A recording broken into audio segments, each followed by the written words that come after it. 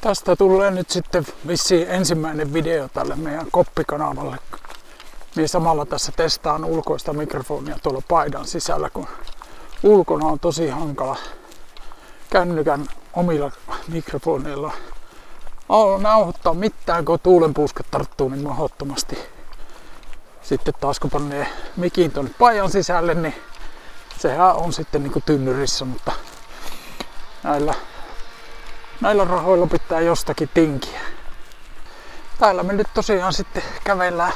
Meidän nykyinen talvipesä on tämmöisen teollisuusalueen reunassa ja täällä me sitten käydään lenkillä ja nyt on vähän tämmönen lumipörrykeli ja tuulee, mutta tosiaan toivottavasti tuo mikki toimii tuolla paidan sisällä, niin ettei ainakaan tuulenpuuskat tarttuisi.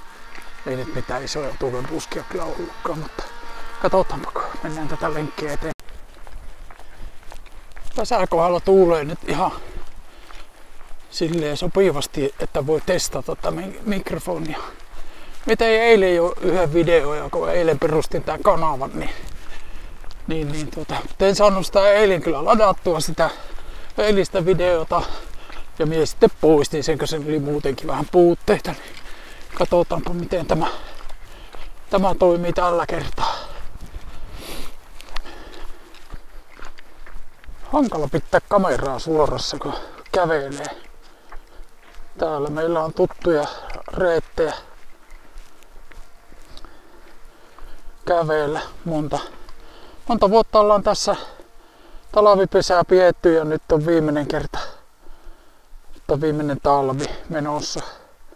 Meidän täytyy löytää ensi talveksi uusi paikka, mutta minä jään syksyllä eläkkeelle, niin sitähän nyt ei tiedä sitten, että mistä minä ensi talvena itteni löydän. Katsotaanpa. Nyt ollaan yli puolimatkassa menossa ja 3 kertaa on jo pysähtynyt koirien tassut tyhjentämään lumeesta, kun ne kerää nuoskalunta turkkiinsa aivan mahdottomasti. No varsinkin tämmöisellä kelillä, kun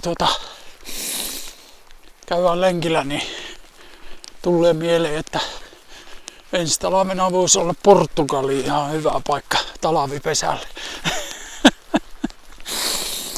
Tätä mikkiä tässä testailen samalla. Se on tuolla mulla tosiaan tuolla puseron sisällä kaulusmikrofoni, että tulee varmaan ääni vähän niinku tynnyristä, mutta semmoset kunnon tuulisuojamikit ulkokuvauksiin maksaa 100 euroja, enkä minä halua semmoista ostaa.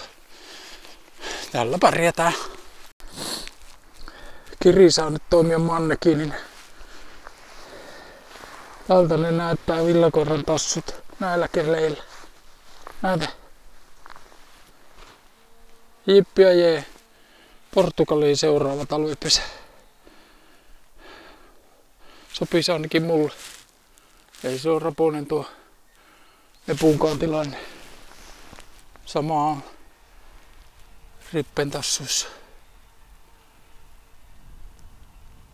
Jos tänne asti oot kattonut, niin tämä oli nyt sitten ensimmäinen video tässä tällä kanavalla.